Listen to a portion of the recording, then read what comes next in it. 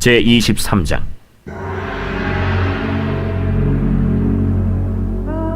사라가 127세를 살았으니 이것이 곧 사라가 누린 햇수라.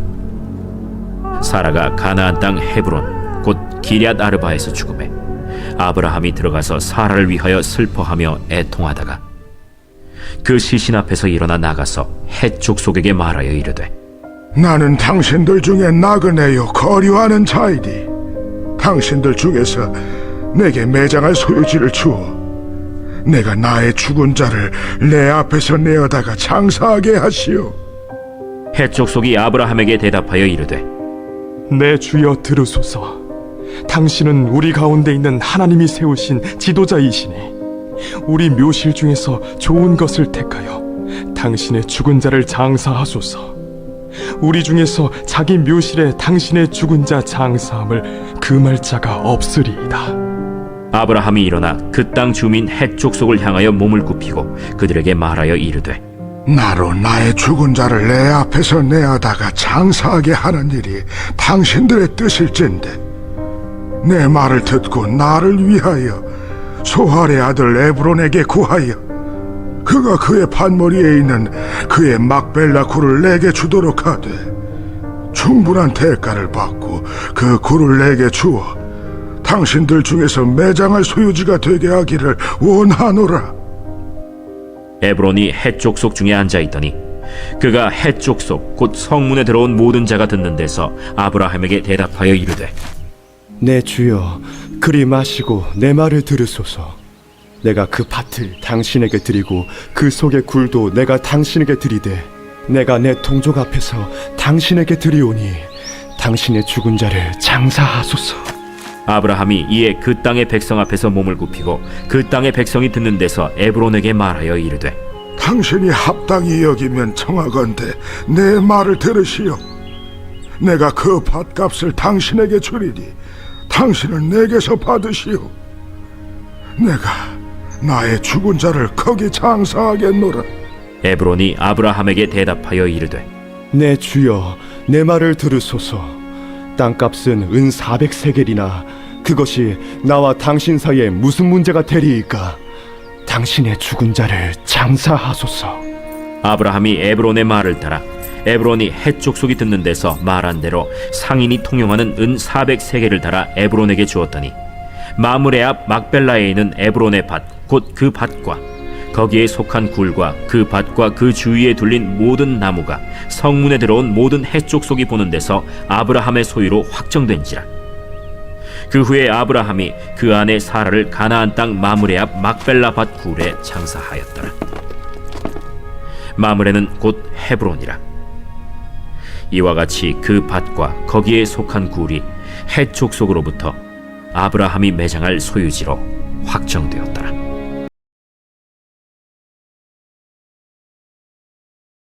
그 신앙의 아이러니가 하나 있는데요. 그것은 뭐냐면 우리가 하나님의 가나안 복지에 복을 받으려고 하면 이 세상에 향한 내 마음이 졸업해야 됩니다. 세상에 대한 내 마음이 졸업을 해야 하늘의 복으로 이 가나안 복지를 얻을 줄로 믿습니다. 신앙의 아이러니고 역설입니다. 그러니까 무슨 이야기냐면 기복신앙을 졸업을 해야 하나님의 복을 받습니다. 기복신앙 아시죠? 그러니까는 내가 예수님을 믿는 이유가 복받기 위해서 믿는 게 기복신앙인 거예요. 목사님 다 그렇게 믿는 거 아닌가요? 네, 다 그렇게 믿어요. 그런데 우리는 거기서 업그레이드가 돼야 돼요. 기복신앙은 종교입니다. 세상의 모든 신앙은 종교입니다. 다 왜 종교 생활을 해요?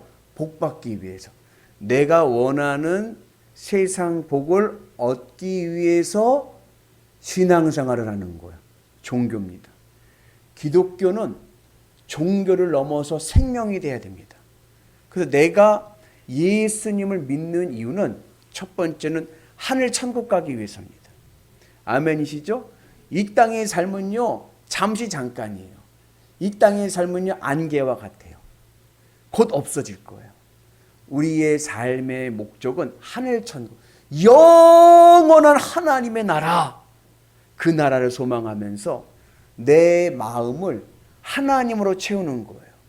예수님으로 채우는 거예요. 그래서 내 마음이 주님으로 기쁘고 만족한 상태에서 이 땅을 살아가는 겁니다. 그러면 이 땅에 미련이 없는 거예요. 이 땅에 미련이 없고 늘 하늘에 소망을 두고 주님으로 기쁘고 행복한 삶을 살게 될 줄로 믿습니다. 그래서 기복신앙은 내가 이 땅의 것을 얻기 위해서 이 땅의 것을 목적으로 신앙생활을 하게 되면은 어떠한 일이 생기냐면은 하나님을 이용하려고 그래요. 내가 하나님을 부려먹으려고 합니다. 하나님은 내가 부려먹을 수 있는 존재가 아닌 거예요. 하나님은 나의 믿음의 대상이지 나의 도구가 될 수가 없습니다. 그래서 기복신앙이 위험한 이유는 하나님을 부려먹으려고 하기 때문에 그런 거예요. 그래서 우리가 주님의 은 안에서 부려먹는 신앙이 아니라 부르짖는 신앙. 부르짖는다는 것은 주님으로 기뻐하고 만족하면서 주님으로 행복하며 살아가는 믿음. 그 믿음으로 살아갈 때 나에게 무엇이 와요? 가나안 복지가 오는 거예요. 하나님의 복이 임하는 은혜가 있을 줄로 믿습니다. 그럼 하나님의 복이 어떤 분들에게는 크게 세상적으로 물질의 큰 복으로 올 수도 있지만 또 어떤 분들에게는 그냥 작은 것으로 볼 수도 있어요. 그러나 세상적인 봤을 때는 크고 작아 보이지만 하나님의 입장에서는 똑같습니다. 그리고 얼마나 주님이 나에게 주신 복을 누리며 살아가느냐가 중요한 거예요. 여러분들 주님의 은 안에서 행복하고 그리고 하나님 주신 가나안 복지의 복을 누리는 은혜가 있기를 주님의 이름으로 축복합니다. 이 창세기 우리가 22장에서 모리아산에서 아브라함 이삭을 바칠 때 아브라함이 고백한 것이 뭐예요? 여호와 이레, 예비하신 하나님. 하나님은요 다 우리 모두에게 예비하신 복이 있어요. 여러분들 아이를 임신하실 때 어떻게 했나요? 문혜영 권사님 아이를 임신하고 우리 미광이를 임신하고 성관이 임신했을 때 가만히 있었나요? 아니면은 뭐 하나 둘씩 준비했나요? 준비를 하죠. 아기 방을 꾸며주죠. 아기 침대도 갖다 놓고, 그죠? 아기가 놀 수 있는 거 여러 가지 분유 같은 것도 다 준비해놔요. 그죠? 아직 있지는 않지만. 그리고 아이가 딱 태어나면 그 아이가 그것들을 누리고 살아가는 거예요. 하나님께서 우리를 이 땅에 보내주실 때 그냥 아무 대책 없이 보내신 것이 아니라 하나님이 예비하신 복이 있습니다. 여호와 이레. 그 복을 우리가 누리며 살아가는 은혜가 있기를 축복합니다. 오늘 말씀은 사라가 죽었어요. 몇 살에 죽었다 그러죠? 한번 봐보세요. 성경에 보면 몇 살에 죽었다 그래요? 127세에 죽었다 그래요. 이삭을 몇 세에 낳았죠? 사라가 90세 때 낳았죠. 그러면 이삭의 나이는 몇 살일까요? 37이죠. 예. 수치로 보면 이삭의 나이가 37이에요. 근데 희한한 그 해석이 있어요. 그 아람어로 기록된 탈굼이라고 하는 성경책에 보면은 이 이야기 앞에 에피소드를 하나 써놨습니다. 사라가 죽은 이유에 대해서 에피소드를 써놨는데 나이가 맞진 않지만 어떻게 해석을 했냐면은 그 아브라함이 이삭을 데리고 어딜 갔다 왔어요? 모리아산에 갔다 왔잖아요. 가서 번제물로 바칠 뻔했다가 안 바치고 왔잖아요. 3일 길을 갔다 왔단 말이죠. 사라가 궁금했어요. 남편이 아무 말도 하지 않고 궁금했어요. 우리 김문숙 집사님, 한종성 권사님이 아무 말하지 않고 우리 민욱이를 데리고 3일 길을 갔다가 어디 여행 갔다 왔어요. 근데 한종성 권사님이 얘기를 안 해요. 어디 갔다 왔는지. 그리고 김문숙 집사님이 민욱이한테 물어보는 거야. 민욱아, 너 어디 갔다 왔냐? 그랬더니 민욱이가 얘기하는 거야. 아빠가 나를 번제물로 바치려고 했어. 그 말을 들으면 어떻게 할 것 같아요, 김문숙 집사님? 할렐루야, 네 아버지 믿음이 최고다! 이러시겠어요? 아니면 제정신이에요, 당신?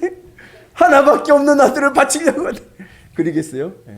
그 탈굼에 보면 재미난 해석이 있는데 그게 뭐냐면은 사라가 궁금한 거예요. 어디를 갔다 왔는지 말이 없이 그래가지고 이삭을 조용히 불러요. 불러갖고 물어봐요. 야, 너 어디 갔다 왔냐? 이삭이 얘기하는 거예요. 아버지가 나를 모리아산 가서 번제물로 바치려고 했어요. 그 얘기를 듣는 순간에 사라가 놀래서 의학 6번 하고 죽었더라. 쇼크로. 네, 그런 해석이 있어요. 근데 나이로는 맞지 않지. 지금 보면 이제 이삭이 37살인데 하여튼간 그래가지고 사라가 죽었어요. 사라가 죽어가지고 장사를 치러야 되잖아요. 장사를 치르려면 필요한 게 뭐예요? 땅이죠, 땅. 하나님께서 아브라함을 가나안 땅으로 이끄실 때 약속한 큰 2가지가 있습니다. 하나는 뭐예요? 하늘의 별과 같이 땅이 모래의 알같이 자손에 대한 약속을 하셨고, 또 하나는 뭐예요? 또 하나는 땅의 복을 땅을 주겠다 그러셨어요. 근데 아브라함이 가나안 땅에 와서 처음으로 산 땅이 무덤이에요.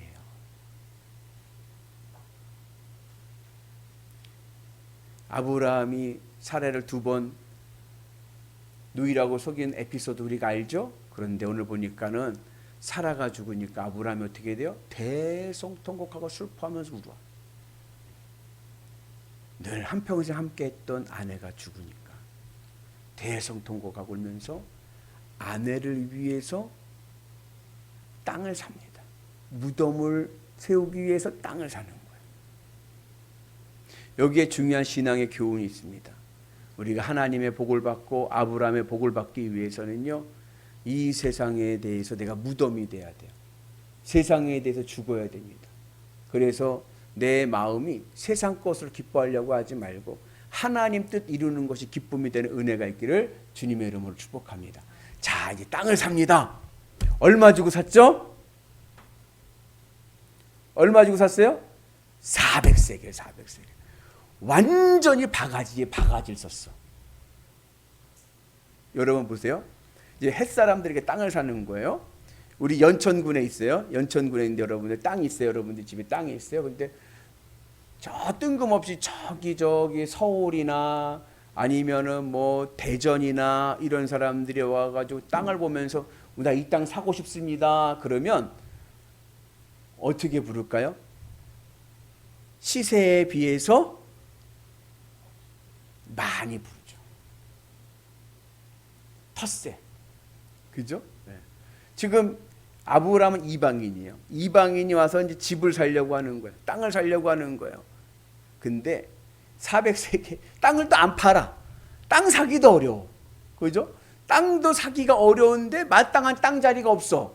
근데 하나 땅이 나왔어.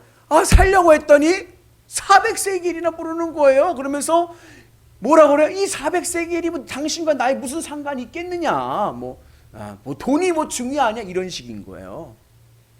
이게 얼마나 비싼 돈이냐면은 예레미야가 예언 활동을 하면서 아나돗에 땅을 사둡니다. 왜 땅을 사두냐면 나라가 망할 것이지만 나중에 다시 이 나라가 회복될 것을 상징하면서 땅을 삽니다. 미리 땅을 사두는 거예요. 망하지만 다시 얻을 땅이다 하면서 땅을 살 때의 땅값이 얼마였냐면 17세겔입니다. 피부에 안 닿죠? 더 하나 얘기해 드릴까요? 다윗이 예루살렘 성전을 쌓기 위해서 아우라의 타작마당을 사요. 예루살렘 성전터를 사려고 땅을 사요. 얼마 주고 산 줄 아세요? 예루살렘 성전 땅값이 다윗 시대 때 50세겔이에요. 근데 무덤을 얼마 주고 샀다고요? 400세겔을 주고 400세겔. 완전히 바가지 쓴 거예요. 아까워요? 안 아까워요? 안 아까워요. 왜요? 내가 사랑하는 아내를 안장할 자리이기 때문에. 인생은 경제로 되는 것이 아닙니다. 삶의 의미와 가치로 되는 겁니다. 그리고 그 자리가 족장들의 무덤이 됩니다. 그 막벨라 굴에 아브라함뿐 아니라 이삭, 야곱이 그곳에 안치됩니다. 나중에 보면 에피소드인데 야곱이 아내가 넷 중에 둘이 좀 사랑하는 자매였잖아요. 라헬과 레아, 그죠? 그 라헬은 그 막벨라 굴에 안장이 됐어요. 근데 레아는 그 오는 길에 그 누구죠? 베냐민 나타가 죽어서 그냥 거기다가 안장을 했어요. 가는 길에 시신을 끌고 갈 수는 없잖아요.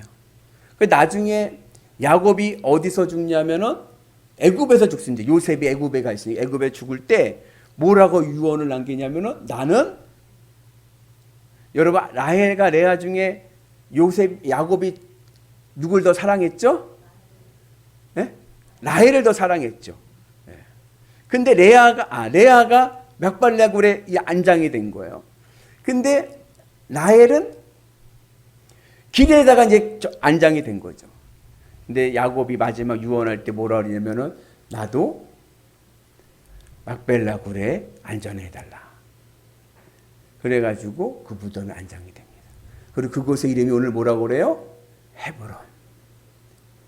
헤브론이 어떤 곳이냐면은 다윗이 처음 유다의 나라를 세울 때 수도로 삼았던 곳입니다.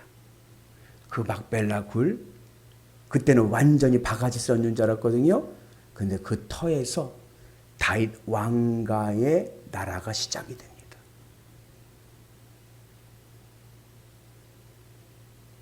다윗은요, 한 번도 자기가 왕이 되고자 꿈을 꿔본 사람이 아니에요. 하나님 일방적으로 정하셨어. 너 왕해라. 너 믿음 좋구나. 너 왕해라. 그래서 한 번도 자기는 생각하지 않았지만 왕이 되었습니다. 그리고 하나님이 세워주신 첫 번째 유다 다윗의 나라의 수도가 헤브론입니다. 이 헤브론에서 예루살렘으로 옮겨가는 거예요. 하나님의 복이 시작하는 곳. 그러고 보니까 400세겔이 싸요? 비싸요? 비싼 건 아니야. 축복의 문이 열리니까. 그죠? 하나님의 은혜가 우리에게 큰 은혜의 복이 될 줄로 믿습니다. 하늘의 복은 어디서부터 시작되느냐? 무덤의 자리부터 시작이 되는 거예요. 내가 이 세상에 대해서 무덤, 죽었을 때 하나님의 큰 은혜가 시작될 줄로 믿습니다. 내 인생의 소망은 예수 그리스도. 하늘 천국 바라보면서 주님으로 기뻐하며 살아갈 때 우리의 복이 임하게 될 줄로 믿습니다. 반대가 있어요. 압살롬. 압살롬은 다윗이 아끼던 아들이에요. 셋째 아들입니다. 근데 이 압살롬이 왕이 되고 싶었어요. 자기가 왕이 되고 싶었어요. 다윗과 압살롬의 차이가 있습니다. 다윗은 자기는 한 번도 왕이 되겠다는 서원한 적도 없어. 꿈도 꾸질 않았어. 그건 하나님께서 왕으로 세우신 것이고, 압살롬은 자기가 왕이 되고 싶어가지고 아버지를 막 흉보면서 다녔어. 흉보면서. 그러다가 나중에 쿠데타를 일으키는데 그 쿠데타를 일으킨 시작점이 헤브론이요. 아버지가 처음 나라를 세워 수도를 세웠던 그곳에서부터 쿠데타를 일으켜서 예루살렘으로 치고 올라갑니다. 그런데 압살롬의 헤브론은 뭐가 됐어요? 무덤이 되고 막 심판의 자리가 되었습니다. 중요한 신앙의 교훈이 있습니다. 내가 이 땅에 대해서 마음이 죽고 주님으로 기뻐하는 다윗과 같은 믿음으로 살아가면 하나님의 나라가 내 삶 속에 이루어질 줄로 믿습니다. 그러나 그러지 않고 내가 왕이 되고자, 내가 스스로 높아지고자, 내가 이 땅의 것을 얻고자 나가면 그 자리는 무덤이 되고 맙니다. 그래서 우리가 주님의 은혜 안에서 우리의 삶이 늘 복되고 행복한 삶, 가나안의 복지를 누리기 위해서는 내 삶의 자리에 대해서 내 마음이 무덤이 되어서 세상 것에 욕심 부리지 마시고 미련 두지 마시고 하늘 소망 가지고 주님으로 기뻐하며 살아가면 하나님께서 이 땅의 것들은 가나안의 복으로 주실 줄로 믿습니다. 아멘이시죠? 이게 신앙의 지혜예요, 지혜. 순서만 바뀌면 돼. 그래서 우리 모두가 하나님의 가나안 복지의 복을 누리셔서 위대한 하나님의 백성들 되시기를 주님의 이름으로 축복합니다.